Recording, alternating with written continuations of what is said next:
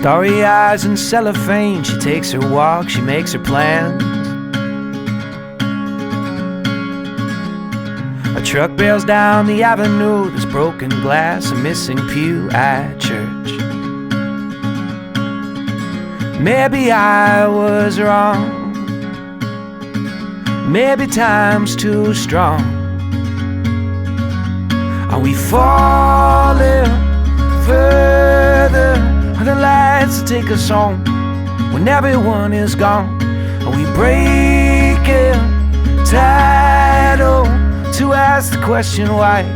We live and then we die. I think I'm fine. Maybe I'll write you from the other side.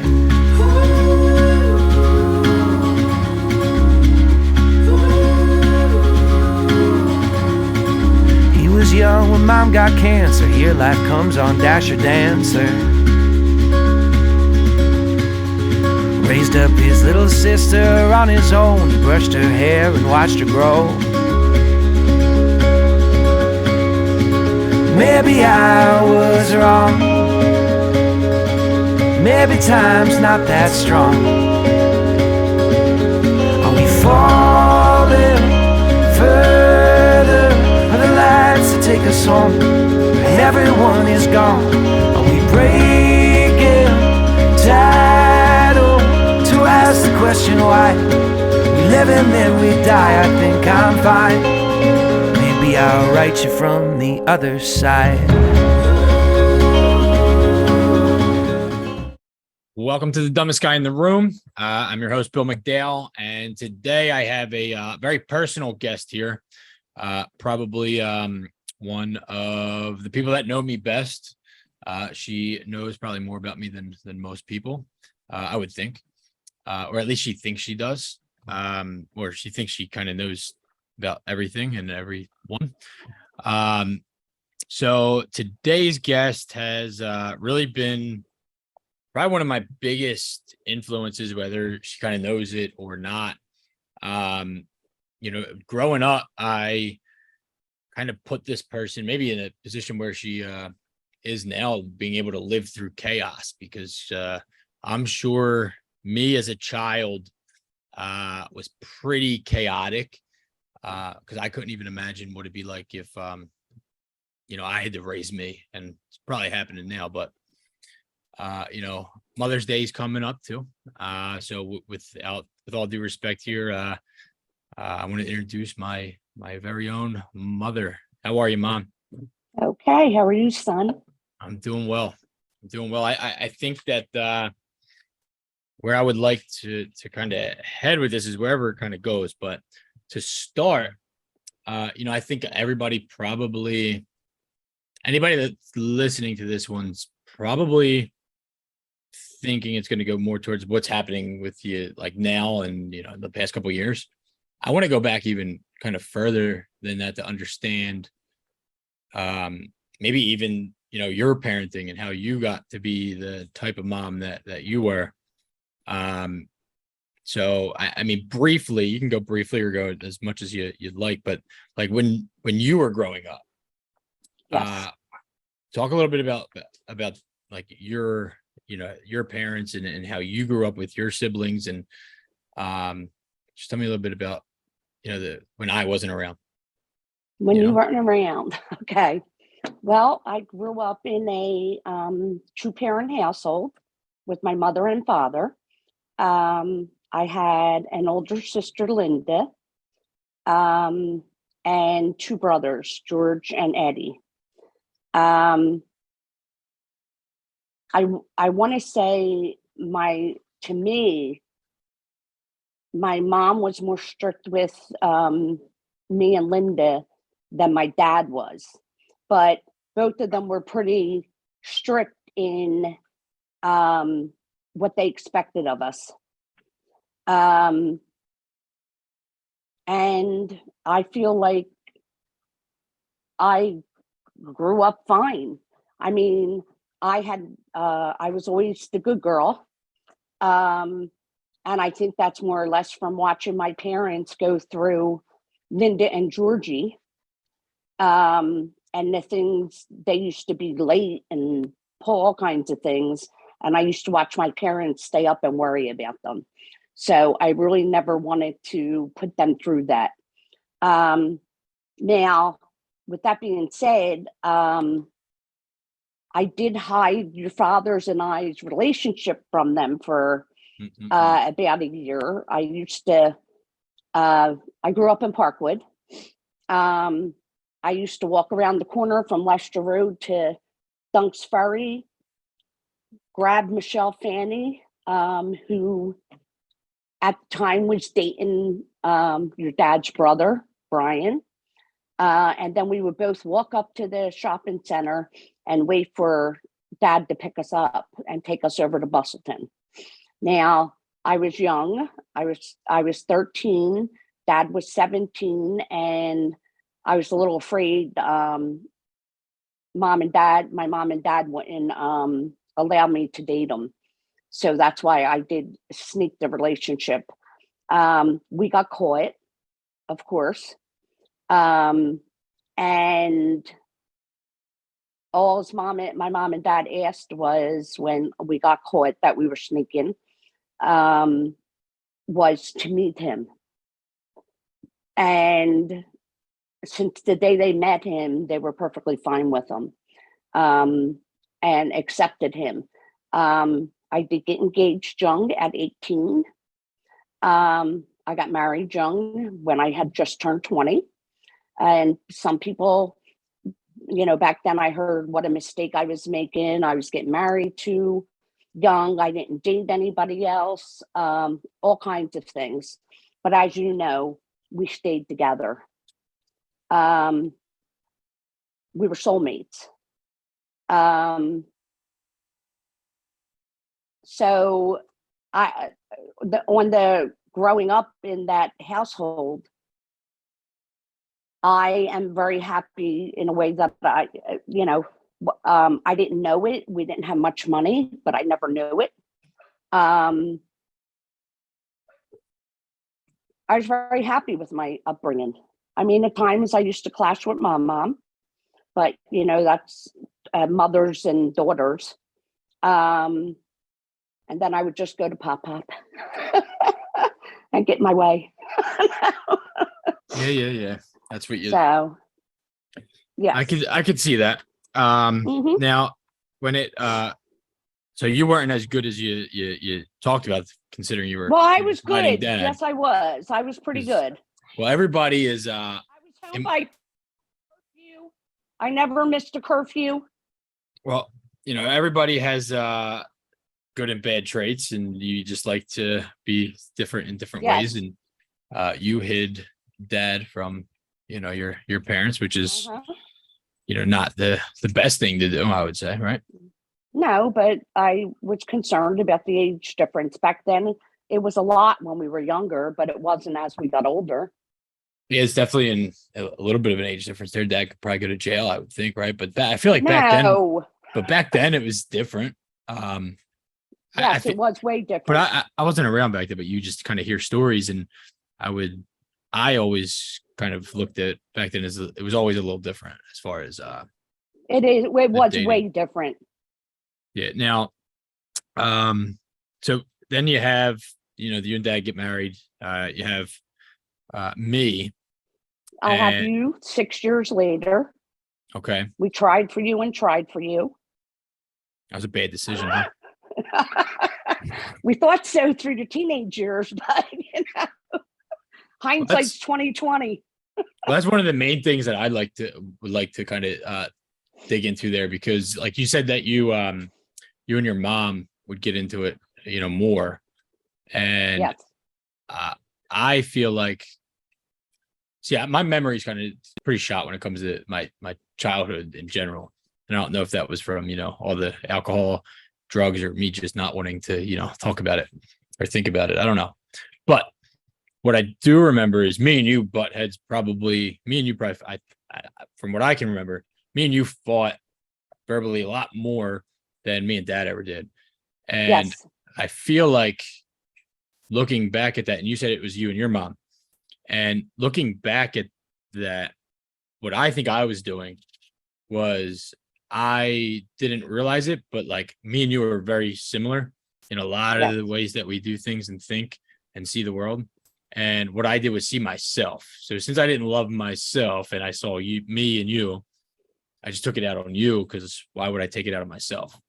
And then I started to drown it out with alcohol. But through the teenage years before, I got to the point of like full out just alcoholic. Eighth grade, for example, eighth grade, probably drank and smoked weed for the first time. And I don't know if you, like, at what point did you know that I was going down a wrong path? Was the first time that you saw, like, remember me drinking or something like that kind of scared you? When I caught you and Dave down the basement, because Goldberg? Dave got sick from drinking. Huh? Yeah, Dave Goldberg. I remember Yes. that. Yep. So you didn't know And anything before that? no, we knew what some of the people you were hanging around with, we were iffy about. And I used to be on top of everything, that, with knowing who is who and who was supervised, who wasn't supervised. Concerned about some of that. And some of you started, you were supposed to be home at a certain time. You started not being home at a certain time. But the first time we knew it was that day. And if you remember, you had a pretty harsh punishment for that. All I really remember is like Joey being there for some reason. Well, because Aunt Linda and Uncle John were over the next day, we were having company, and you had a hangover, and it was like 80 degrees outside, and we made you go outside and do yard work. And there's nothing worse than sweating your butt off and have with a hangover. Yeah, we realized that, and then we saw signs of trouble, but we could never put our finger on it. I never know you. I never knew you tried drugs. I suspected that on a second incident, which was a little later when you were in high school, when you were hard to control in the house, and you actually called the cops on yourself. That was a smart idea. They came and they talked to us first, and they tried to talk you down, and they couldn't talk you down. You just wanted them to arrest you for whatever. That's when we started suspecting anything. And then you broke down and you started crying, I need help, I need help. You ended up committing yourself to friends. It was the hardest time as a parent me and your father ever had. Do you remember that? I remember going to friends, but I never knew what friends was. So it couldn't have been my decision. It was your decision. How would it be but I could agree if I knew what friends was though. Like how would I have done that? Somebody had to make the recommendation of it, right? The police. Okay. Now, So, the police, they didn't want to take you. You wanted to be out of the house. You didn't want to be with us. I guess that was the easiest decision where you could come home to us. so for anybody that doesn't know, Friends Hospital is a mental institution for my crazy ass. Yeah. And it was not, I don't think I was in there very long, but you were in there 4 long days. Yeah, I probably needed more time in there, but yeah, well, they told us they were crazy in there. It must have been because you told me that you think you took drugs that day, and they tested you, and they told me and Dad there was no drugs in your system, no drugs or alcohol. So I don't know what went on there with that. So Dad and I were under the impression, okay, no, there's no drugs or alcohol involved. Well, there's 100% alcohol. And you may just have an issue. And then I started taking you. Do you remember me dragging you to different therapists? Not really, no. None of who you liked. Every visit, Yeah, you know why? Is it? Yeah. Because I had to talk about myself. Right. Exactly. So like for me, and that's I guess my biggest, that was my biggest thing that helped me through it was when I finally was able to start talking about myself. Right. Now thinking about all of that, right? And I know that obviously has to be difficult, but that was just the beginning. At what? Because I feel like I kept running away from the house, right? And that's the other Yeah. thing that I realized is it wasn't the it was I always thought it was like you and dad or whatever, wherever I was, it was always their fault that whatever was happening in my life, and I kept running. So I lived with I would live with Liz, and I lived with Aunt Linda when I was younger. Liz, You only Eddie lived there once Carroll. because you didn't like Aunt Linda's rules. You thought it was better at Aunt Linda's house, and We she always had the same rules. She followed our rules with you. You didn't like them, and you ended up leaving there. Yeah, well, It was more basically you and Liz running back and forth. that's typically what I did. And then Eddie Carroll's, I lived everywhere. Just kept trying to run from myself though. I didn't realize that at the time, but that's what I was doing. So, and I mean, dad had to pick me up multiple times. Yep. And he did Now, every time. and so like looking throughout that entire time, when you look at it and you see what happened, what I went through, and do you have anything that you would say that you would have done differently as a parent, or that you did do differently now that you have Jimmy and Greg? Like at what, like, did you, because Well, I had Jimmy and Greg when you were doing it. I know, but what I'm trying to say is through my sobriety, what hurt the most is the fact of like, I had a son at that point. So yes, I feel like if my son went through that, I would feel like it was always my fault. And yes, what we hurt the thought we were doing most, something wrong. right? So what hurt the most was that you and dad living with like this, me knowing that you and dad are probably living with some type of regret, thinking that you guys did something wrong. So when I say, would you have done anything differently? Like, is that?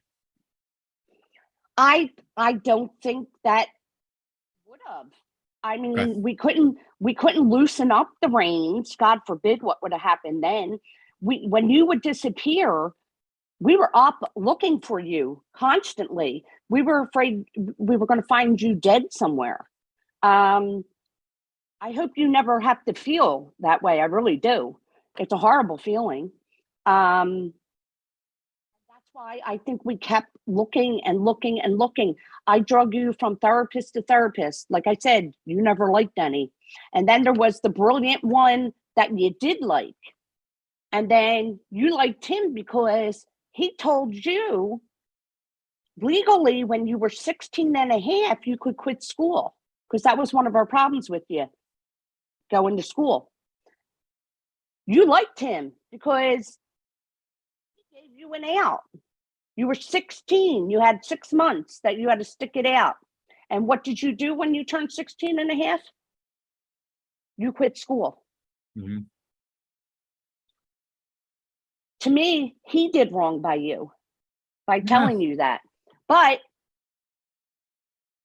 it did turn out, hey, because you actually ended up graduating before you would have by going back and getting your GED. Before your graduating class would have graduated. So that turned out okay. Then when you enrolled in college, we thought, okay, now you're on the right path. And then all of a sudden that turmoil started all over. Of course, then we had not only you to worry about, but our grandson. We couldn't understand at first why you weren't trying to change your life, because Now you have this baby who we knew you loved. You saw the love, you saw the pride in your face, but go off on a binge. And we were concerned about his safety. I could see that. I could definitely see that. And so first, I guess what I'd say, you should not have, don't have any regret or anything towards anything that's ever, because it has nothing to do with what you or dad ever did. It was all me. It was all coming from a place of envy, jealousy, just hatred for myself, comparison with everybody else. Not really feeling like I was good enough at anything. It was all And me. that was not true. That's what we couldn't get. Well, that's what I felt, I guess, right? But at the same time, I think that I want to say thank you for all of it, because if I never felt any of that, I never felt any of that pain, never tried to cope with alcohol and used and drugs and go on binges and turn into the complete monster that I was. If it wasn't for that, I wouldn't be the father, the husband I am right now. I wouldn't be able to think the way that I think now. I wouldn't be able to have, I wouldn't be able to do this right now. I couldn't even talk to people back then unless I was, half drunk. So at the end of the day, what I wanted to see how you felt, but I wanted you to know that I'm grateful for all of it and everything that you and dad have ever done, because it obviously worked, so thank God. I mean, that's the only thing that you can really thank at that point, right? Like, yeah, something greater than us shows up, stepped in. Yep. Yeah, but I also think that it was always there, and it's all necessary, and everything that happens is necessary, and we go through these battles for there's some a reason. But yep. you just don't know what it is in the moment. So just constantly pushing through. And people watch this and sometimes may think that I have a great life 24/7, which is not true. You still have the shitty days, you still have hard days, you still have days that you just aren't there. You don't, those days are there, but it's constantly being able to push through that and learn and adjust and keep going. Right. Not go down that rabbit hole. So now, with that being said, now you have literally for the past couple years been going through probably one of the craziest times of your life. Dad pancreatic cancer, your sister with breast cancer, and losing both of them in pretty same amount of time. And then you yourself fighting, breast cancer, still to this day, constantly fighting through different medical, medical, I don't know, you constantly have something going on with you. So I know. it's like, it's like every other day. But in the beginning of this, you didn't have the same mindset rather than your mindset now. So first, let's go back to before you knew you had yours, which you thought you did and wouldn't get tested. You were helping dad. So being with somebody since you were basically your entire life, and then having that happen and go through that with dad, what did you do? What were you using as like a way to cope through that? Because you didn't show it to me and Jimmy and Greg. Like I felt like I never really seen, or at least you were very good at coping with that stress at that time, with us at least. Well, I didn't want you guys to see it. So, I mean, what went on. Dad was horrible. His whole body changed.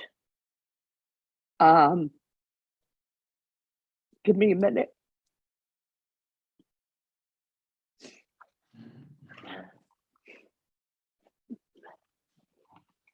Sorry. You're fine. This happens sometimes. I just never know when. I didn't want you guys to see it. I didn't want you to think I was falling apart and you were going to lose your father and I would be falling apart. I don't know if you remember, but exactly, Aunt Linda passed away of metastatic breast cancer, March of 2020. I was diagnosed with the breast cancer in July of 2020. I was I was stage 3A at that point. And I had Dad home in home hospice at that point. So I waited. Again, I was the only one who knew the information about my breast cancer. I didn't even tell Peggy or Peg. I didn't want anybody to know. I didn't want anybody to slip and you boys find out. I knew I was going to have to tell you because I was going to have to start chemo. But waited until I believe it was the week before. And the only reason you found out then was because Greg overheard me on a phone call with the doctor. And he knew. And he actually waited a day before he confronted me and asked when I was going to tell you. And I acted stupid and said, "What are you talking about?" And he said, I heard you with the doctor. I was trying not to overload you guys. Your father was dying. Your aunt just died. And okay, now my mom has the same thing, more or less, that both of these people that we love died of. I didn't want to overload you. So I waited until that moment. I think the hardest people I had to tell it to was my mom, because I knew what that was going to do to her, and you three. I didn't want to tell Dad. Dad didn't even find out till the day before I was going for chemo. And I remember what he said to me exactly. Not you. Are you kidding me? Not you. It can't be you. And I remember reassuring him that I would be perfectly fine. Don't worry about me. I remember being on that love seat in his room, sleeping on the love seat to take care of him, being sick as a dog from chemo. I really don't think I had time to show any stress. You know what I mean? I was dealing with so many things all at one time that I think I just kicked into a mode of I have to take care of Bill. Bill's what matters. And that's what I did. And as you know, I did that in a lot of things. You know, I also wait before I tell the doctor things that are happening to me because I always think I'll be able to overcome it myself, like COVID. But I don't. I'm trying to get a little better with that. My doctors talk to me about that all the time, just like they did again today. But I had an excuse today. I was in South Carolina visiting my son and family. So that's the answer to your question. I didn't have time to look stressed. I prayed hard every night for God to give me the strength to get through, both of me and your dad. And I always had hopes, you know, of a miracle happening. I do believe in miracles. They just don't happen all the time. They're few and far between. I was hoping for a miracle for your father. You know, as the I mean, it was every day was a miracle. It's every day that we wake up is a miracle. True. Like we don't even know.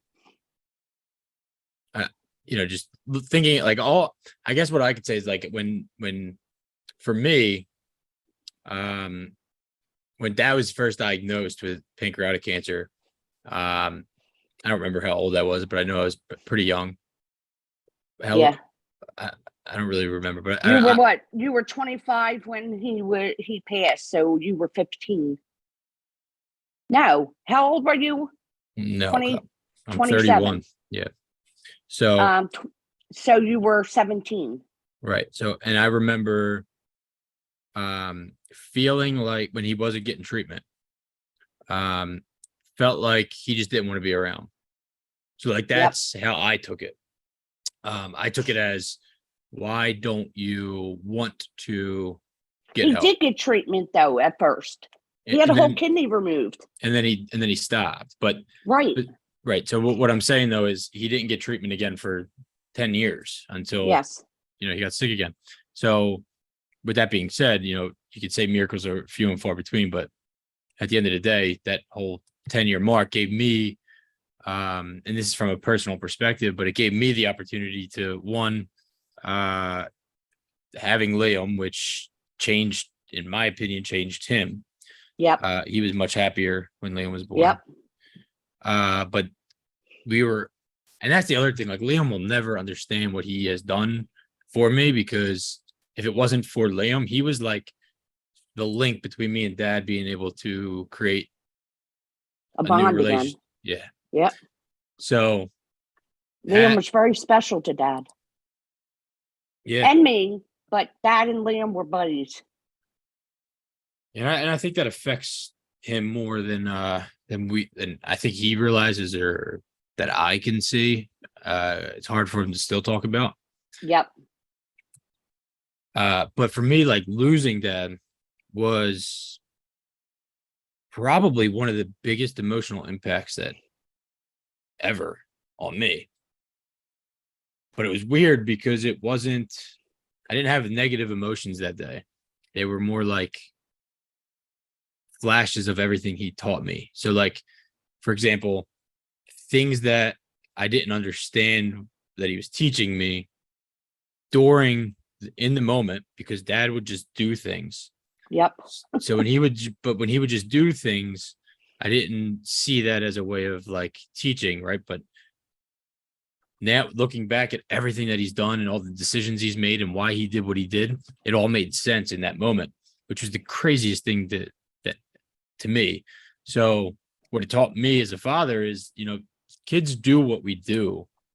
So Liam, Maeve, Malcolm, when they're bad and doing those things, it's like, what do I have to change in my actions to get them to not do these things, or to do more productive things? So not in my words. So that's what I learned through Dad, is kids really learn through action. And if you just kind of pay attention to what you're doing and how you're speaking to other people and how you're communicating and how you're doing things, that your kids will mimic it. But if you tell them what to do, they're not going to do those things. They don't want to be really told what to do. Well, nobody likes to be told what to do. So yeah, correct. But that's what I'm saying. Like, for me, I felt like that's how Dad would tell me what to do, or you would tell me all what to do. And when I was looking at my life through the lens prior to Soberville, it was more like they're trying to control everything about my life, not realizing that what you were doing was trying to get me to not have a bad life, because you knew what that life looks like on the other side, or at least Dad knew, what that would look like through experience and his friends or whatever that, he may have witnessed. Because now I see that with Liam, and it's like, Liam, I don't tell you to do these things or not do these things because I'm being mean. It's because I've been there, I've done these things, and I know the most the highest probability of a consequence here is going to be not a good one for you. But at the same time, it's like, I feel like the way that you were a parent was, you wanted us to be comfortable, you wanted us to be happy, you wanted us to feel good all the time, right?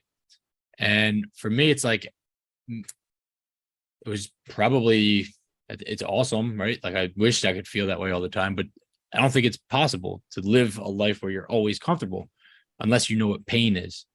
So like in a way, it You hurts think like watching them fail and suffer and go through pain. But at the same time, it's like maybe you should feel those things earlier. Maybe you should have to go through those struggles, and no matter how painful it is, like to watch things happen like that. But maybe but that's in a important. way, there were certain things that I experienced younger that you didn't, and that was all an act of God. You guys were pretty old when your grandparents started dying. None Right. of you were you weren't young, in the sense, like I lost my grandmothers, both of them, before I was 10. I didn't know my grandfather, so I wouldn't even know that loss. But there was nothing to show you loss of a person. Death. I get that. You Yeah. can't just make that up. But what I'm just saying is like other things, like I don't know. Can't really think of examples, but like like Liam, for example, went to a friend's house and boys were being boys and someone like pushed him or something. And he was Yeah. upset that somebody like hit him. And I feel like if that was me, Oh, yeah. if that was me, like I wouldn't have been the one that had to handle that. It would have been you guys upset and maybe doing something about it because you didn't want me to feel that you didn't feel like I should be getting pushed around or something like that. Where me, it hurt for me, but I'm like, Liam, that's boys are going to be boys. This is going to happen throughout your whole life. So I am on your side 100%, and you're not going to get in trouble, but you need to stick up for yourself. You need to do something better. Like you need to be the one to. And that is one mistake I did make with you, but not how you said it. If you would have an issue with somebody, I always asked you not to hit back. Right. That's what I'm saying. Yes, I always thought you'd be better off without having that physical confrontation with somebody. Pop,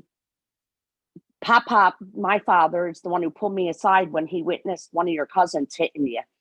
And you came to tell me instead of, dealing with it yourself. And Pop told me, you need to let him defend himself. You're not doing right by him. He has to learn how to defend himself. And from that point on, I did, when my own father told me. But I understand that point of view, right? From having kids, there's a feeling you get. It's almost like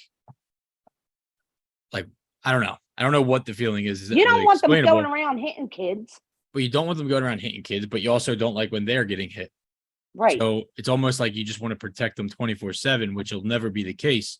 And they are on their own. They need to be able to have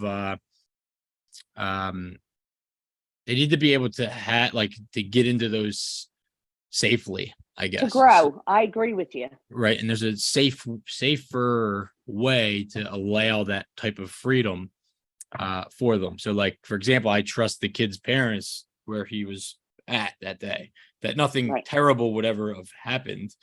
But at the same time, I'm like, it hurt me that it happened to him.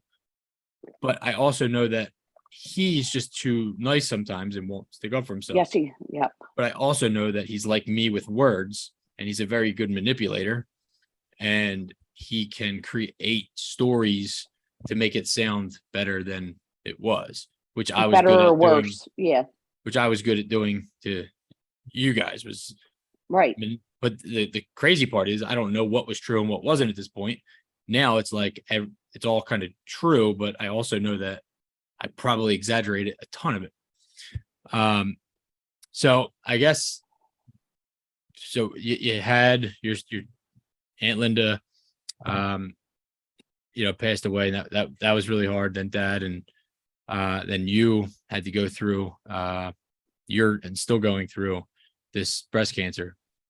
And I think one of the most amazing things that shows kind of what kind of person you are is how many damn people are supportive of you. Like I how many know. Can friends you are out believe there, it? because I didn't know you had that many, friends. I don't think many people. Same thing with Aunt Linda. Like, I feel like you two just had these people and these huge, amount of Support. support that I feel like not a lot of people like have that.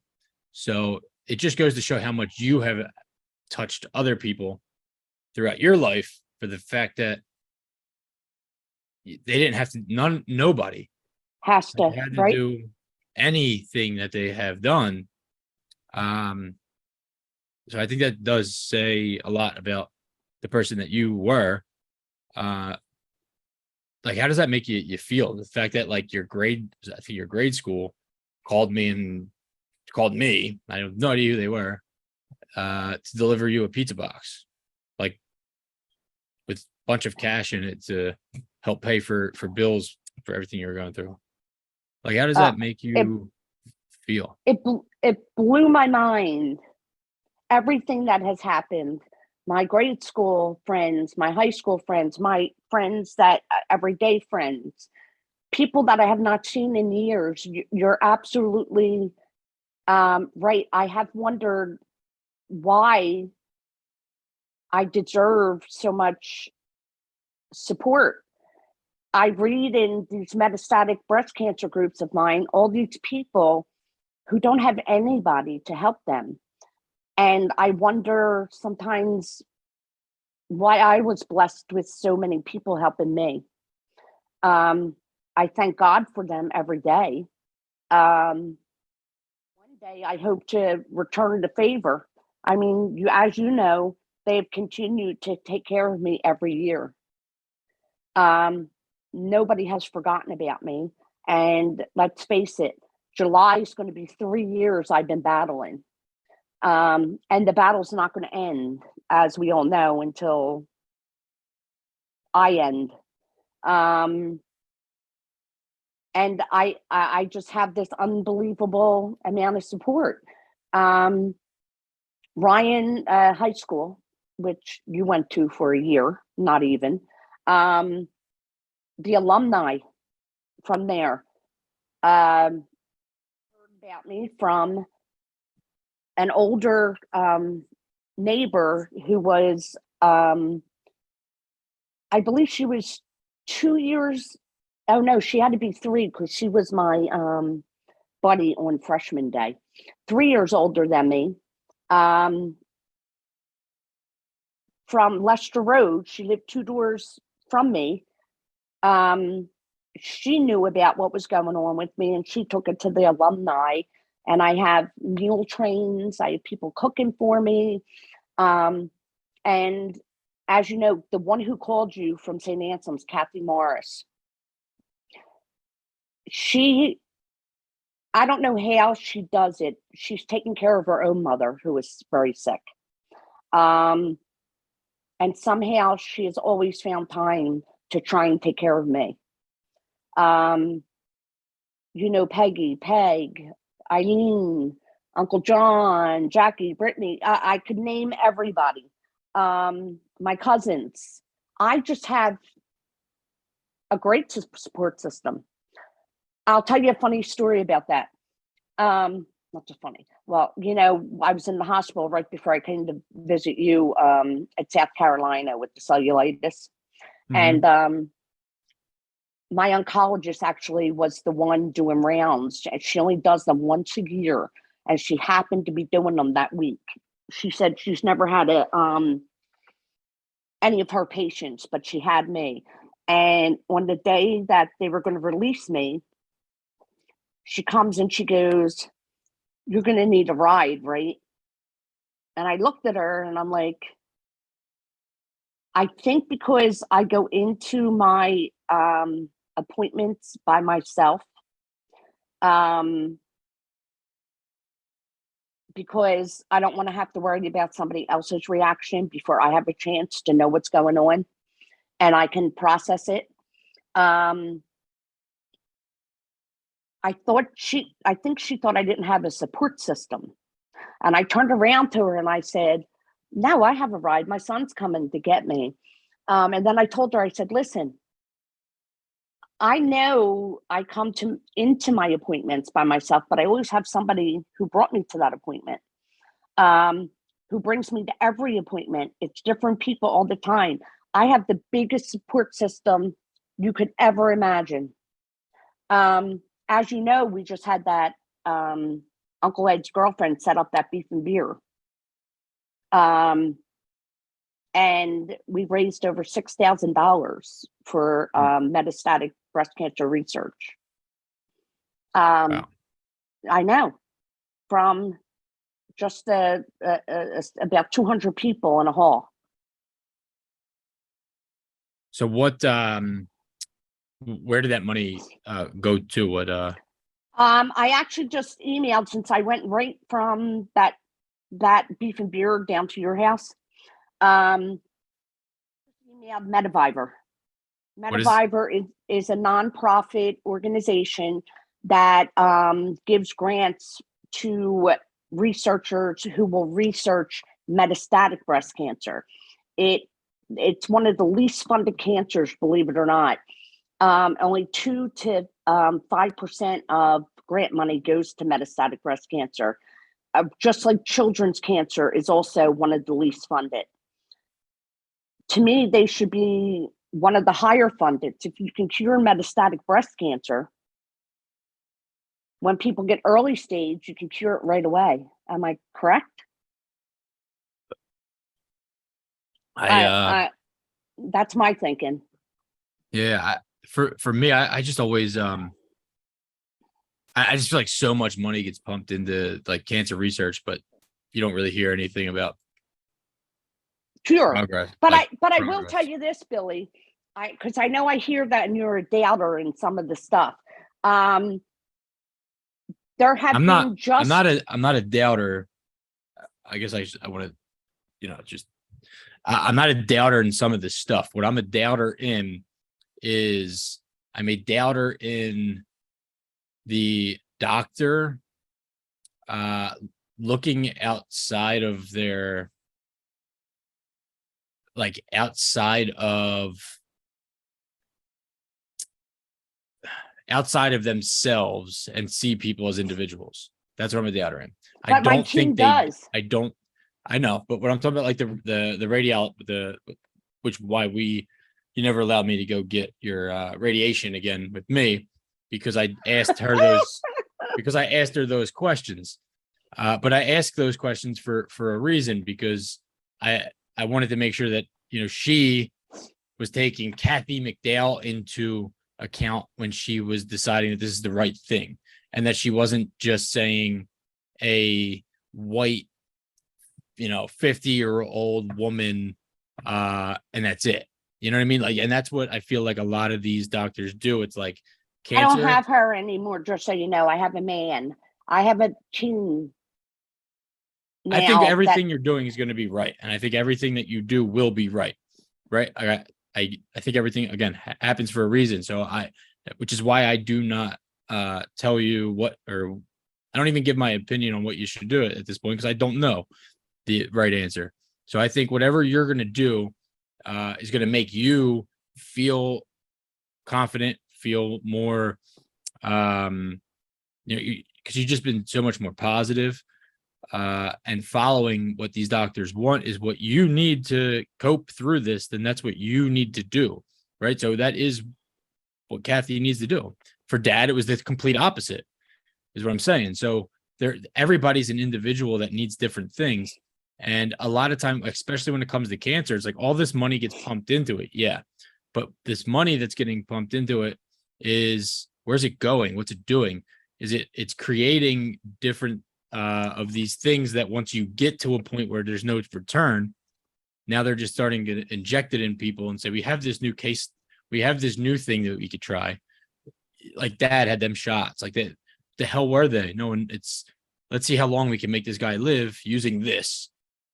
You get what I'm saying? Like there's no. Yeah. A lot of times they don't weigh in the factor of the quality of life over quantity. And that's one thing. That's one thing that I am going to weigh in on. I know it's been one thing after the other with me for almost 3 years now. I've had tons of surgeries. I've had tons of radiation. I've had things happen to me, COVID, the cellulitis, the spinal collapse, the cervical spine collapse. It's just one thing after the other. But don't I always start coming back before the next thing happens? Like, I haven't been knocked down so far that I can't get back up. Yeah. And that's all everybody of us. praying for me. That's, you know how I feel about my prayers, that I actually have an extra suitcase almost that I have to bring to South Carolina because my books are in there. Mhm. I just feel something. I feel I'm going to be a long-term survivor of metastatic breast cancer. I'm with you. I believe the same exact thing. Yeah, I just feel something. I don't know if I'm right, but I'm going with that feeling. I guess, like, again, so like, you think I just don't believe in medicine, which I think medicine is very important. I also think that there's a time and place. I think just what I learned through Dad was, what do I value more? Do I value the time itself, or do I value now and the quality of now more than time itself? Because it's a hard balance between the two, because you can't predict the future. The future's not, you could be as sick as, you could have every cancer in the book and live for another 10 years, or you could be as healthy as a horse and get hit by a car right now. So only God knows your expiration date. Exactly. So, like, for me, what Dad and you through all this have really started to get me to focus on is quality. So focusing on right now, and making the most out of right now. And what can I do that's most valuable, that will have the most benefit on everybody that I do now? So what can I do now that's going to have the most value in my life? And sometimes those are sacrifices that don't feel good. Those are things I don't want to do, but those are the things that I have to do right now in order to have the best quality of life. So when you're saying, like, money should be pumped in this and that and this, it's like, yeah, I agree, but we also Billy, you didn't let me finish about Metaviver though. Yeah. 100% of your donation goes to the research. Other cancer do not. I've heard You're of this absolutely place. right. Their executives are paid some of that money. I'm not even saying, but I'm not even saying that they're not using the money correctly. It's fine. But why isn't there more talk about how do we not get to the point of, how many people are diagnosed with cancer? What percentage of people in America are diagnosed with cancer every year? A lot. So, percentage of people, I'm going to look it up, are diagnosed with cancer each year. NCI. That's a good one. That's a medical.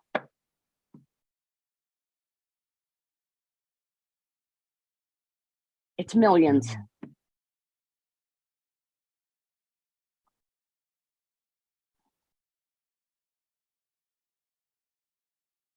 Answer.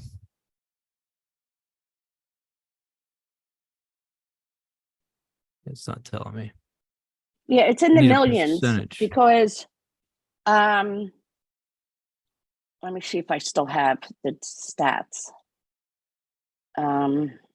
2 million people will be diagnosed with cancer. Yep. So, which is pretty insane.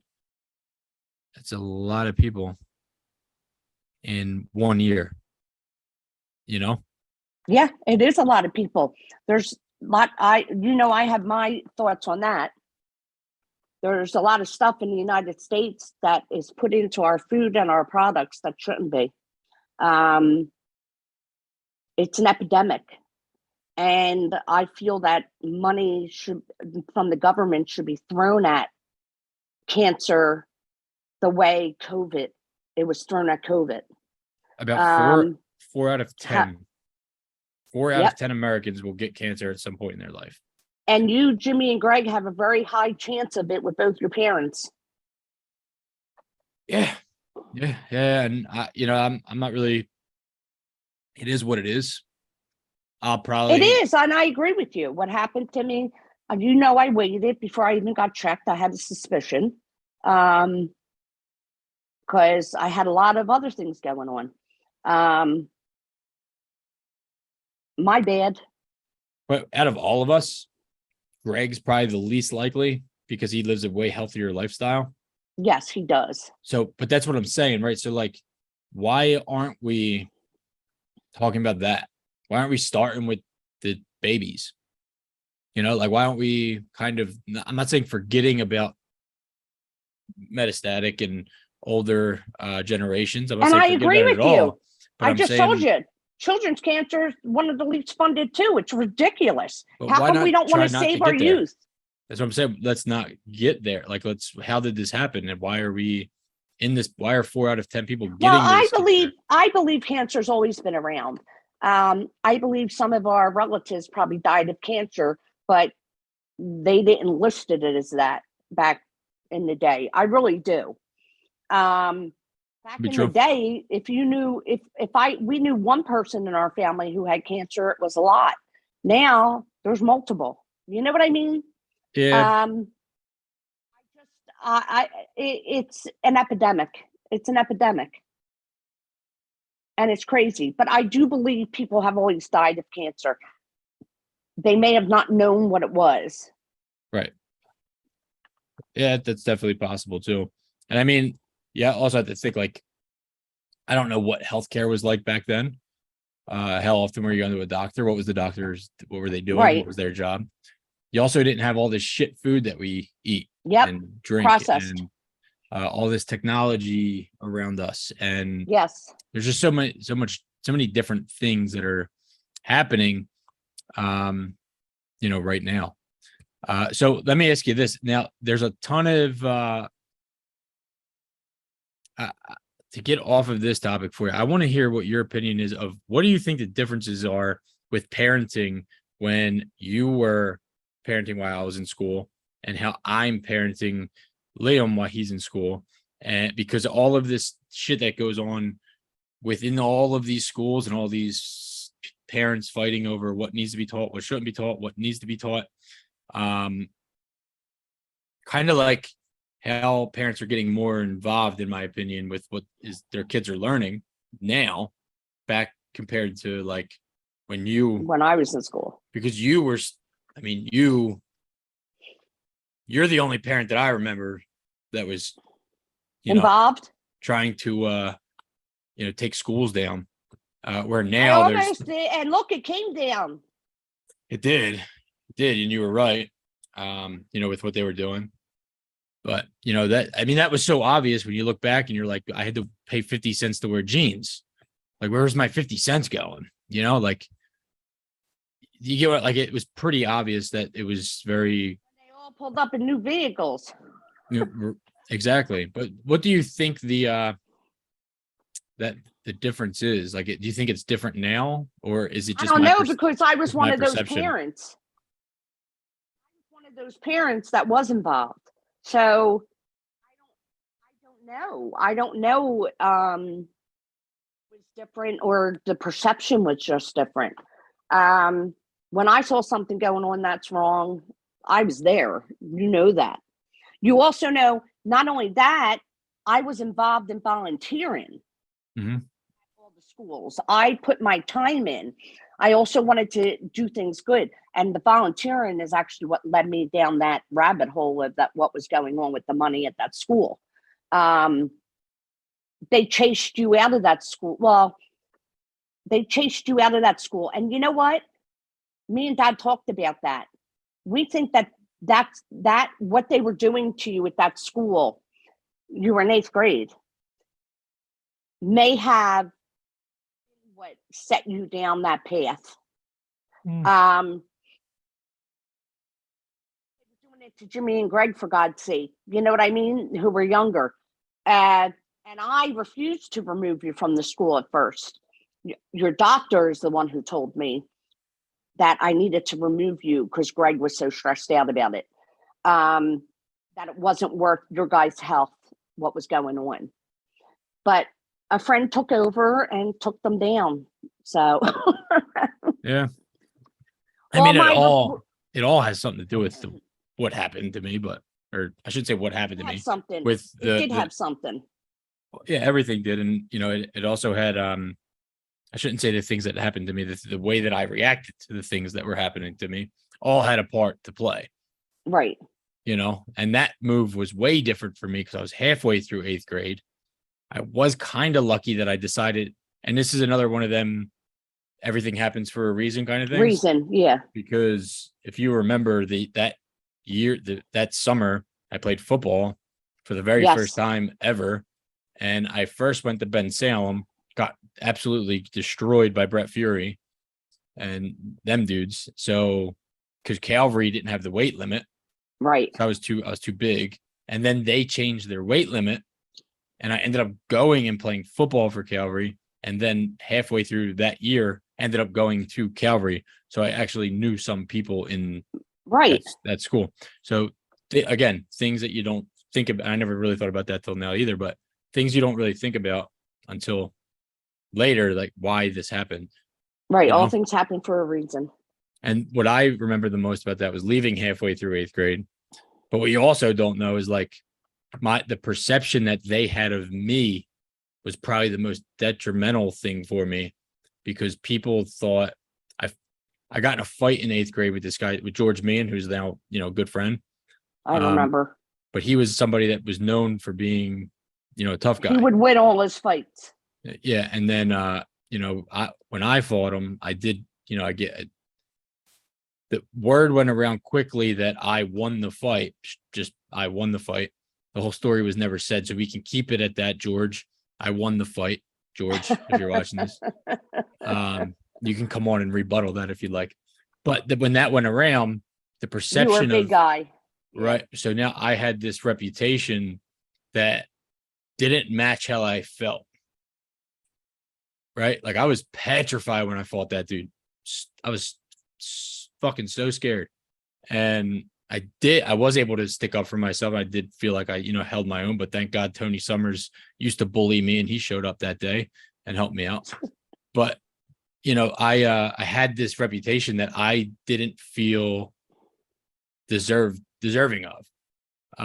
But when I went to that school, that's how people saw me, as somebody that could fight. I was like, they were setting up fights with people that were tough in that school already before I even started. Craziness. Exactly. So it was just a weird thing that happened that kind of came out of nowhere that was not of my doing. But at the same time, me fighting George also got me out of so many other fights because they didn't want to fight you anymore. Yeah, I didn't need to have to actually do anything because it just wouldn't happen. But with that being said, yeah, it had a lot to do with it, but it also, I don't know, it was probably a good thing. Then I had to kind of learn how to adapt and, meet new people. And I was back in a Catholic school, which was,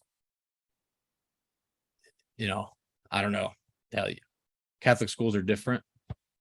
They are. Way different. Yes, they are. I agree with you. Good or bad, that's up to whoever is attending. So it's definitely different. I've been to all of them. I went to Decatur, Anselm's, Pax, Calvary. So 4 schools before high school. Then I went to 2 high schools. So well, that's because kindergarten was always at Decatur. Well, I'm just saying, I've been to a lot of different, like I went to a lot of more schools than most people go to schools. Usually people go to one school. one school for grade school or middle school, whatever it is. So that was, different for me. So, I just, again, I feel like I went all over the place. I have so much I'd like to talk to you about. And this is more like I don't know. I felt like I'm sharing this conversation on the podcast was important for me. Because now it's available for my kids to watch, to hear your story. So is there anything else that you would like to talk about on this episode? Because I'm going to have you on again to maybe dig deeper into certain pieces of these things. But I thought it was important. Do I want to? All of it. Well, you're going to. You have no choice. Okay. Why, Daddy? You're acting like your father. Well, I think it's, I don't know. It's healthy for me. Yeah. There is something like I want to tell you about your father that you guys didn't know. Towards the end, and you were saying quality over quantity. We all felt at the end that radiation, and then when he got the multiple myeloma on top of it and had to have dialysis and his blood cleaned all the time, and Dad just wanted to get out of the hospital, as you know, and stop treatment, he said. And the doctor wanted him to take the weekend to think about it because they knew he was going to die if he did. And Dad and I had a long conversation, a private conversation. And he told me he did not want to die. He wanted to stay around. Mm-hmm. I told them, well, it's your decision, but you know what the doctor said, pointing out that if you stop treatment, that was the end game. But it was going to be the end game anyway, because he was losing so much weight and thing. But I do want to let you know, your dad, I think, wanted to choose quantity over quality. He did at the end. He did. Yes. But I saw that. And I decided at that moment, I'm not going to choose that.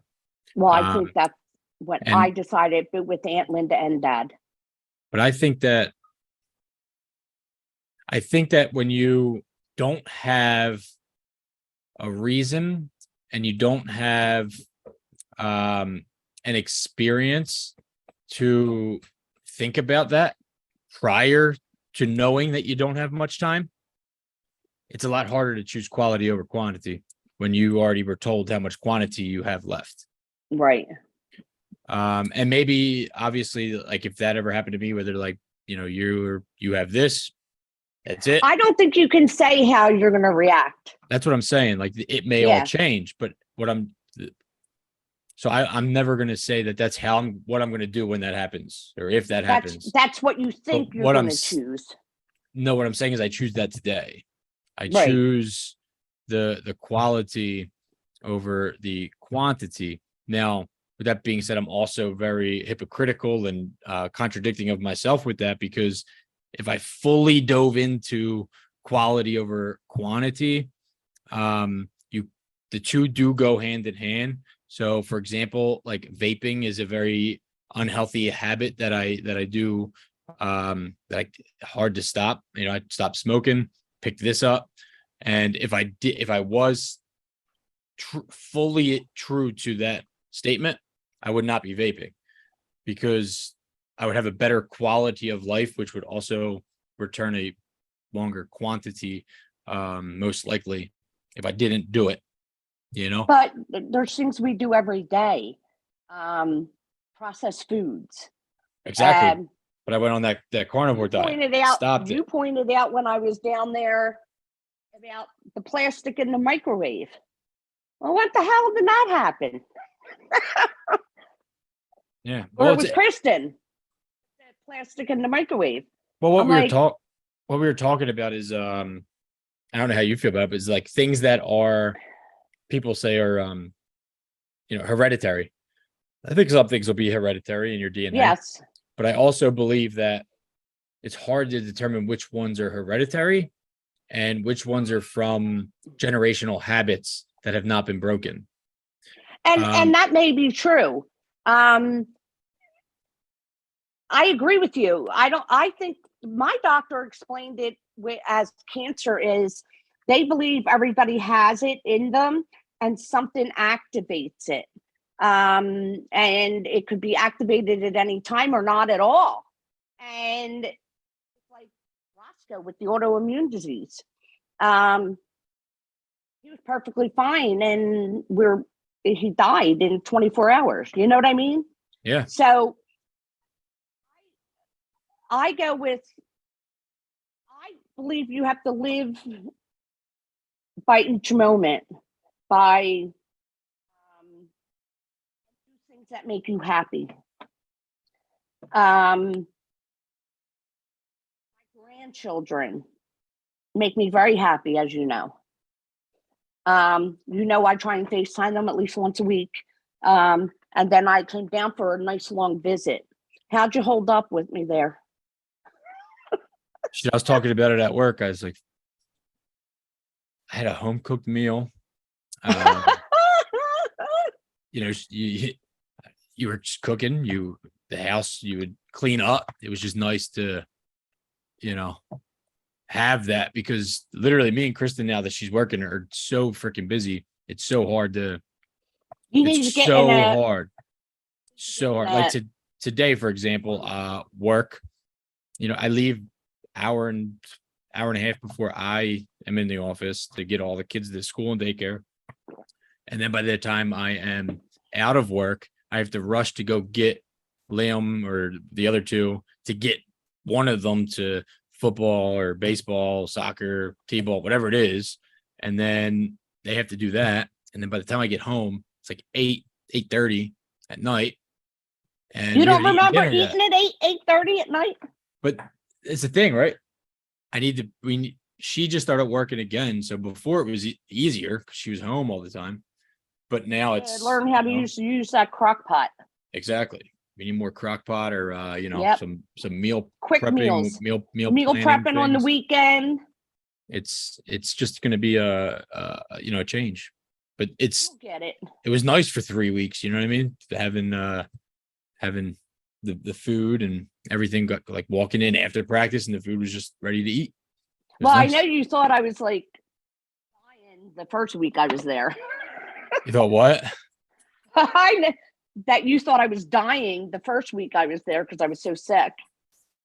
Yeah, well, I want to push you to do anything that you couldn't do. So no, and I don't. But no, Bill. But you don't understand doing things because Kristen was all upset. Why are you doing this? Why are you cooking? I don't want you doing anything. And I'm like, you don't understand. That makes me feel like a purpose.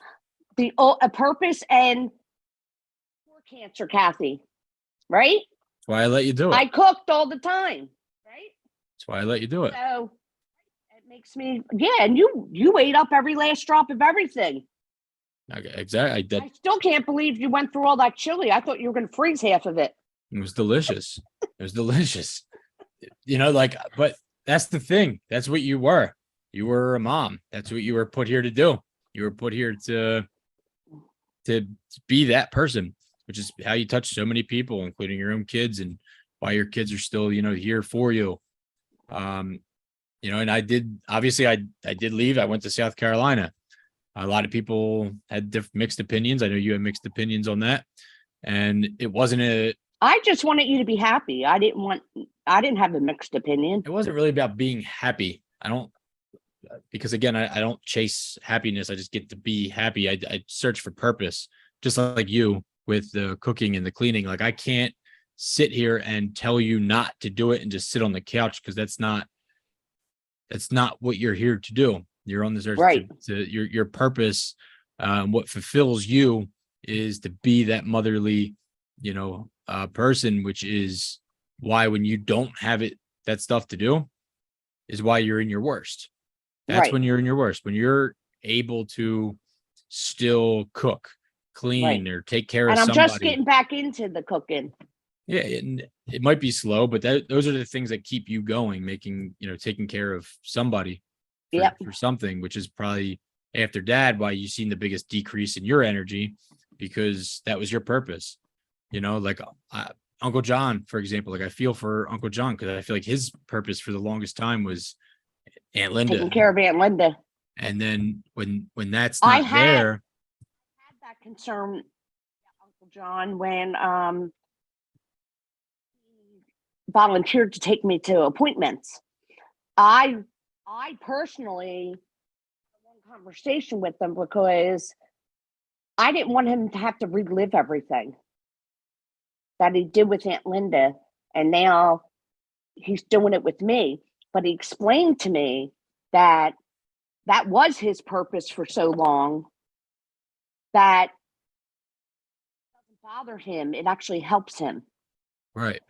Where I was worried, bring back all these bad memories. You know what I mean? Yeah. But you're right. People, you get into, Uncle John was a caregiver for years. Not just years, his whole life. Like looking back at Uncle John, that's what he did. He dedicated his life to growing, people. Not just taking care of people. Like when people look at a business owner, like my perception of Uncle John and John's Auto Repair, for example, the perception of that when I was a kid was way different than what my perception of it is now. Right? You don't see the struggle, the sacrifice that you have to do in order to create something like that. Yeah. Anything. Most businesses don't make it that far. Most businesses will not make it to be passed down another generation. They don't get there. The sacrifice that he had to put in order to make sure that his family was taken care of, not just his immediate family, but when he's not here, he built something that's going to take care of his generational family. Right. Which is a crazy amount of sacrifice. But from people that live in the life that I lived through high school, view things like that through the eyes of jealousy. They see it with the lens of envy and regret. Like that's how they like this was given. It's like, well, you don't. It looks. Oh no, Uncle John worked his ass off for that company. But that's what I'm saying. Like, and that's his purpose was doing that. And then you get to a point where you're starting to be able to pass all that down and try to start letting go of it, which is almost impossible. That was his thing to do, right? And then you dream about this thing called retirement, where we're going to retire and then we get to live our life, right? But that's not true. That's not true. You most likely, if 4 out of 10 people are going to get cancer, there's something else that 2 of them 10 people are getting too. Right. Most couples aren't making it to that point where they can both comfortably retire from a financial standpoint, from a health standpoint, from all of that you don't get to live that life that you had dreamed of that wasn't real yet. Yep. So believe me, I know. Exactly. So like for me, it's like I don't want to I want to make sure I'm prepared for that. I want to make sure that I'm preparing and building things that if something were to happen, my kids are going to be, they're satisfied and, building those things. But I don't want to have I don't want to live in the future somewhere in my mind. That's what I'm saying. Like you can't. You have to live for today. Right. And that's it. Today. So like living in this, like one day I'm going to be better is not healthy for me, because that means I'm not the best version I am now. So I need to constantly look at myself through the lens of if I'm thinking I could be better than this, then I'm not the best now. So I just need to be constantly the best. Right. That's what I'm saying. Be the best you can be now. Yeah. I love that you're able to constantly still like live there and do that. And I learned through all of the stories that we talked about, through all of our family, like the pain and suffering that everybody has had to go through. I'm grateful for it. I know it's probably sad to say, but like all of that stuff has just changed the perception. Everything that of happens everything. to you is going to change your perception. And it will, and it'll continue to. But the thing is, I don't sit there and dwell on those things as bad things anymore. I try to look at it as I'm grateful And it's hard to do when it first happens, and it's hard to still do, because you still want to question why. But I don't think I had the chance to do all that. That's another thing I think that kind of got me through. I think that, I was having all kinds of bad reactions to chemo. When Dad passed, I was having bad reactions to chemo. And just trying to deal with keeping myself upright in a position, to do the funeral and do this and that and the other thing. And then I went right from that to having COVID, to having surgery, to I don't think I really had a chance to grieve the way I should have, Dad, until this year. I had a big breakdown this year. And I still do, as you see, a lot of things will come up and things just flood through me. And I can't stop it. I don't know when it's going to happen. It just happens. That was a big part of my life. He was my soulmate. He was my other. I don't know if you realize this. I'm sure you do, but saying this makes a difference to me.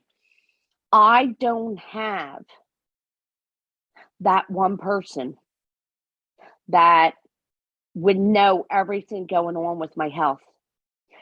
I don't have that. Dad had me. I don't have that. That's hard sometimes to deal with. And then I have people telling me, you didn't tell me this, you didn't tell me that. You know why? Because I don't know who I tell things to. I don't have that one person. Not even you three. As you know, I was keeping stuff from you still. You guys talk to me about not hiding things, which I don't anymore. I let you all know what's going on. And I reassure you how I'm going into what's going on. My mindset on what's going in. I don't dwell on it. I don't worry about what it is. And I told you today, for example, everybody knows I've been having a problem walking and all with my hip. I had that about 10 days after the radiation. And I finally called the doctor today because I couldn't get out of bed. It took me about an hour to be able to put pressure. And I called, and the first thing was, why do you wait so long? Then I went to I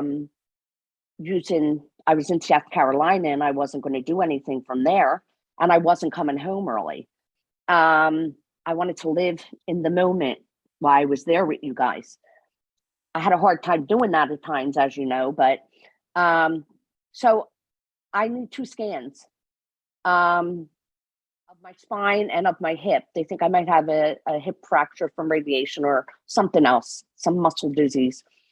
Well, I don't even ask questions about muscle disease. I know what a fracture is. I don't have to ask questions. You know why? I'm not going to ask questions about it until I know exactly what it is. I'm not going to worry about it until I know exactly what it is.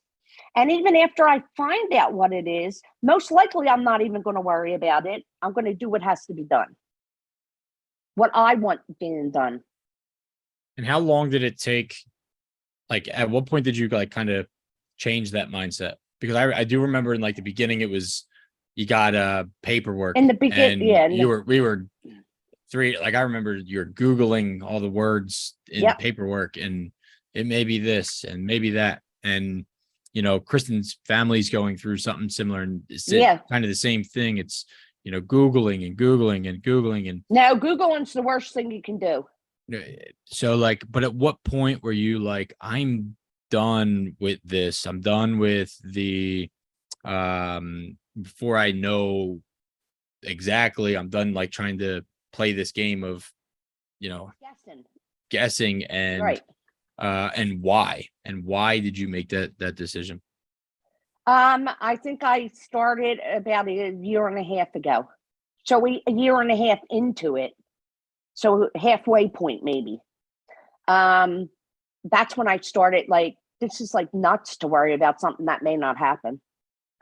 Am I right?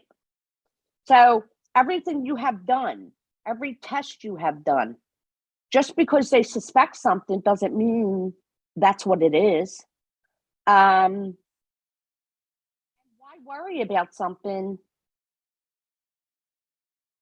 Google's your worst nightmare, though. I will tell you that. One of Dad's doctors is the one who told us that.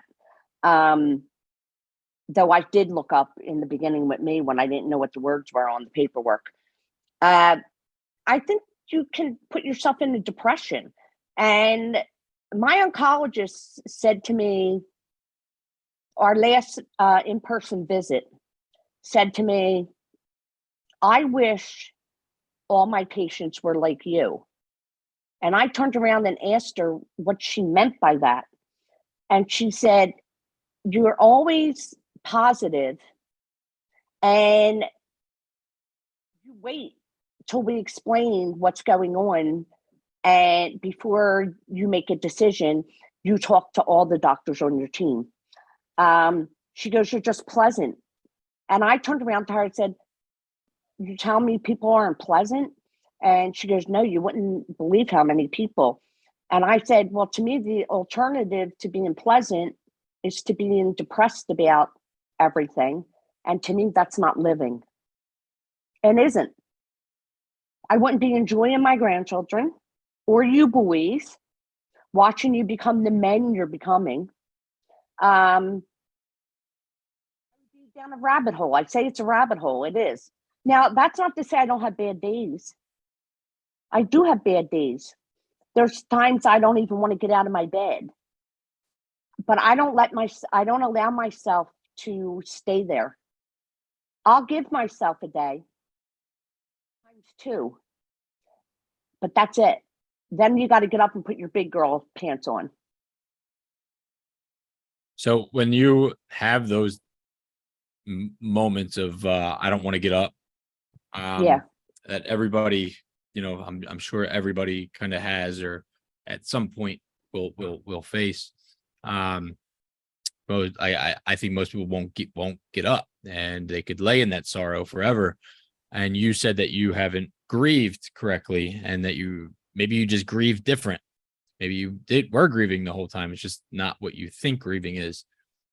So when you say you don't think you had time to grieve correctly, what's your definition of grief? What is grief? And is there a certain way to do it? No, there's probably not a certain way to do it, but I really don't think, I think I walked through that in a haze. I think that whole period between Aunt Linda and Dad just was a haze.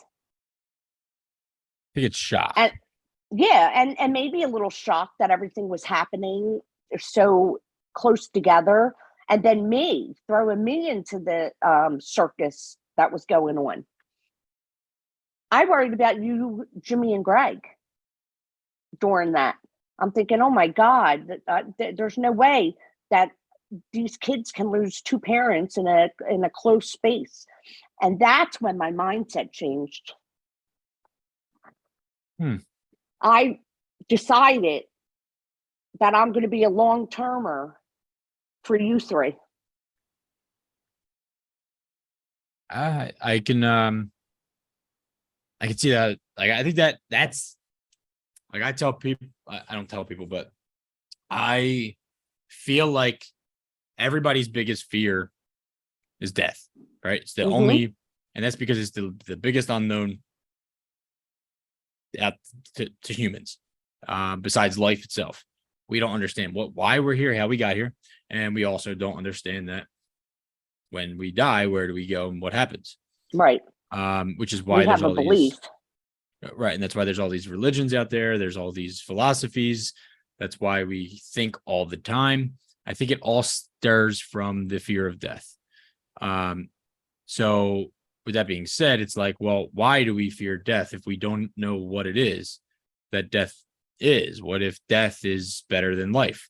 What if we just don't know. We assume Right. that it's not something good. And that's it. That's kind of where I have that trouble with Christianity and Catholicism. It's like, well, heaven is better than earth. So, well, if heaven is better than earth, then what are we all doing here? Let's Paying our dues. Well, I'm just saying, like, why are we here if that's better? So what's the point of this if we're somewhere else is in the future is going to be better than this? Right? Like, why am I doing all of this if that's going to be better? I just don't feel like people actually believe in that. They say they believe in that, but they don't actually believe it. Otherwise, we wouldn't fear death so much. You know, like, do we actually believe it's better after this? Because if we did, why are the biggest believers sad when somebody goes there? You know, it's like, because they're not with you anymore. So it's a selfish thing not to want somebody to die. Yeah, it is. It's a selfish thing. We want them with us. We don't want our lives to change. And with every death in your family, our lives change. You guys had to step up, you, Jimmy and Greg, and be the men of the house. You know what I mean? yeah. Things changed. Our dynamics changed as a family. I don't really like that it had to change. You know, I would love Dad to be here. Then again, I think in a way maybe Dad went to spare him from what was going to happen with me next. You know what I mean? No, I just think that there's a reason for all of it. Yeah. And we're not going to know until we die. Well, I think I have some guesses towards the whys, but I also do a lot more internal meditation and thinking than most people, like criticize myself more than most people. And through all that meditation, I do find certain things that I didn't really think of before. And one of them things is being, until Dad passed away, I felt like I had responsibility. I thought I had responsibility, but when Dad died, the world was on my shoulders, and I never felt that kind of weight in my life. And through that, speaking at Dad's funeral, which I don't remember a single word that I said, was I do one of the most in the moment things and things I'm most proud of myself for doing, because had that happened 4 years prior, shit-faced. you wouldn't have been any good to me. I'm shit-faced at that moment. I'm burying it in alcohol. I'm not speaking, or I do speak and I make an ass out of myself. And I take less responsibility and run further from my responsibilities rather than put that on my shoulders and say, it's my time. It's because that's the scariest part. Like, realizing that Dad had nobody to really go to if something bad happened, that everybody had to go to him. Dad was a good man. But that's the thing, right? That's what happened to me. That was the moment that I'm like, I'm sorry you felt that way. I'm taking it all. It was necessary. That's what I needed. I needed that. Because I'm very self-sufficient, which you boys forget. I'm not even talking about you. I'm talking about my kids. I'm talking about one day you're not going to be here. One day Kristen's parents aren't going to be here. One day there is nobody else. It's me. Like, so being able to see that before everything else is gone and I'm in my 50s and everybody that, used to be there to help if need be are there trying to take that world on my shoulders and carry it now. and help as many people as I can now so that I can help myself is important. That was important. It was important for that to happen when it happened. When I moved from South Carolina, I felt people, again, I don't know how much people think I thought about it, but like it was a lot. I thought about I know. but I thought about each and every one of everybody. And people think it was out of I'm trying to get away from people. It actually was a little bit to do with that, but it wasn't from a negative intention. It was from a positive intention. I felt like I was finding my purpose and where I needed the responsibility. I have a family. I need to get these kids in a place where they can grow up and have a chance at becoming who they want to be and not what my already created circle wants them to be. Because that's what we do. We attach ourselves to things and we can't get the fuck away from it. And those things follow us around generation after generation and they never stop. And you're not able to really create who you want to be. You're becoming what everybody else wants you to be. So I want my kids to be able to at least give them a chance of create yourself and be who you want to be. And make sure I'm still giving them the right things to be a disciplined person to make those things happen. But at the same time, I also took Greg and Jimmy into consideration, took you into consideration. And I said, well, if I'm here and I'm the one that's trying to say I'm doing this for mom, I'm not even giving them an opportunity to try to step up themselves. I'm taking that away from them. And maybe they need that more than I do. And in my opinion, because I talk to Greg a lot, They've stepped up, both of them. Enormous changes in both of them. So, Yep. But for me, it's like, that was one of my intentions. Like, that's why I did think of that. And again, was I doing something that was going to make them uncomfortable? And maybe there's a battle between, do I want them to be comfortable or do I need them to fucking figure out how to be uncomfortable so that they can learn to live that, like learn to be uncomfortable? And I chose that. That's what I chose. And that kind of sounds mean, but it is mean. It is mean, but it's necessary. I think it's like I said earlier with Liam. Like I try to make Liam uncomfortable. Not to be mean. It's not mean though. When again, like one of my things that I try to live by is assuming positive intention. So I try to assume that people do have positive intentions when they do things. So if I'm assuming other people have positive intentions, no matter what I view their actions as, but if their intentions are good, I need to make sure that my intentions are also pure. Because when we judge ourselves, we judge our intention, and we think we know our intention is always good. But when we judge other people, we're judging their action, and then we have a perception of their intention.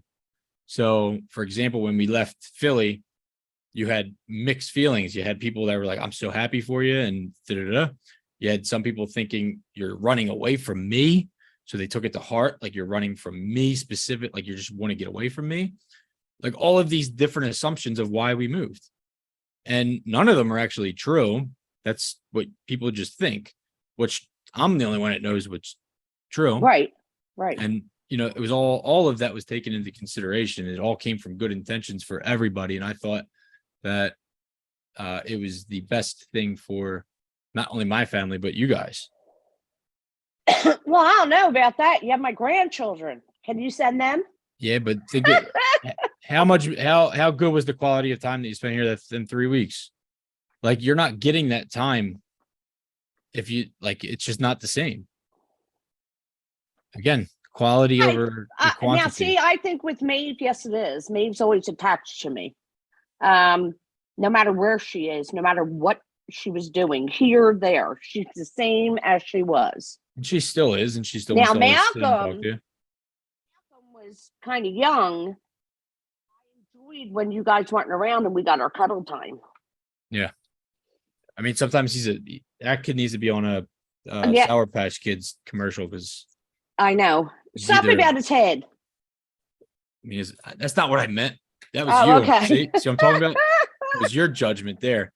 No, I'm talking about because how that's all you said. I'm talking about his emotions shift from being the sweetest kid in the world, doing the look like he has like this, the faces, like all of it so sweet, to being like, when you're not looking, I'm gonna punch you in the back of the head. Like he's just so mean or so sweet. He's like he's two opposites all the time. But that comes, I feel like that comes from being the little guy that gets, picked on. He's trying to find his place. Yeah. And I'm fine with it because he's, himself and sticks up for himself. But this has been a long one here. I think that I enjoyed the conversation. It's definitely different than all my episodes, but it's more personal to me. And that was the goal for me. Yeah. Just have a real pure, honest just conversation that I don't think. I mean, when's the last time me and you sat down for just 2 hours and talked, I agree. When's the last time you did that with anybody that, I don't know. So for me, it was important just to have that, because otherwise there's always, if we're not doing it through this, there's always a distraction. There's something that happens. I know. How many times have we tried to do this? Yeah, this was, even tonight was difficult with all the things that were coming up. It was a challenge, but a lot of that was me with technology. That's so right. Show my shirt. Talk about my village there. Oh yeah, this is your shout out to all them. Do you have any more shirts? No, but I told some people who don't have them that I'm going to place another order as long as I get enough. Why? I was going to say I'll send some out to some of the people that comment on this episode if you do. Can I buy some? Yeah. I can buy some? I'll talk to you about that. Yep. All right. I have other ones who want to buy. Well, the soft style next time though. Hey, I'd like to get some good ones. I like the thinner, the soft ones. That's yours.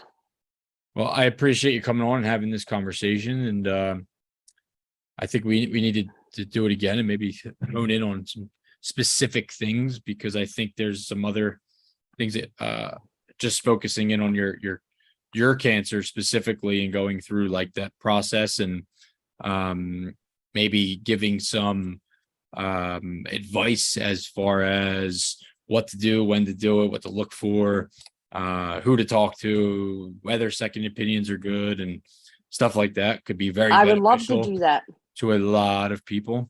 But this one I wanted to make it personal and start there. But I that's an episode I would really like to hone in on, as if I was just talking to somebody that has cancer that wants to share their experience. I would love that. And maybe, not as my mom and going through that whole journey again. Because I know you don't want to relive that, but no, I don't want to relive that. I'm happy with the man you become. I would like to keep it right here. Let's keep the past is the past, right? Yeah. The past is the past. Why? You need to get rid of the past and worry about today. Yeah, that's right. You gotta let go. I actually enjoyed this, and I didn't think I was going to. You know that. Talking's hard, man. It's difficult, especially when I don't plan it. So I had no idea what we were going to talk about. That's why I just let it go. Yeah, we kind of jumped at a couple places, but that's okay. That's me. No, it's that's how. Well, I am, and I am. That's why I have such a big village, because I talk to everybody. Yeah, well, I had a lot of when you would talk about certain things, it made me think of other things, and it's different when obviously I'm you're my mom, so right. There's way more of a connection between us than there is of any of my other guests, where I don't know other things about them. So I only know what they tell me as it happens in the conversation. Where here it was, I know so much, and there's so many questions that come to mind when I'm, talking. And that's it, man. Anything else that you want to share, Ma? Only that I love you. I love you too, and again, I really enjoyed the conversation, so I appreciate you coming on. Okay. It's gonna be a hard one to post with this, very personal, but that's all right. You'll post it. All right. So show my shirt. Talk about my village there. Oh yeah. This is your Shout out to all them. I don't cry when it rains no more, or I get dirt on my shoes. I don't mind climbing 8 more floors, 'cause these stairs are all heading to you. I don't wait for tomorrow's sunshine when I feel it today. And when it's cold in the dead of winter, remember that snow melts away. One more cold drink, one more roll, one more dance before the doors get closed. Please remember, enjoy the show. Let's get happy before we get old. We don't need plans or a fancy agenda. Well, let's just see where it goes. We got no care for the way people stare at the dust and the dirt on our clothes. Hey, my friend, we'll never say remember when, if we keep on making memories where we stand, where we stand. One more cold drink, one more roll, one more dance before the doors get closed. Please remember, enjoy the show. Let's get happy before we get old. And go put on that old wedding dress now. Probably still fits like a glove. And tell the band to play one more slow song, 'cause you still have all my love. One more cold drink, one more roll, one more dance before the doors get closed. Please remember, enjoy the show. Let's get happy before we get old. One more cold drink, one more roll, one more dance before the doors get closed. Please remember, enjoy the show. Let's get happy before we get old. Let's get happy before we get old. No more whiskey, I'll have a Coke.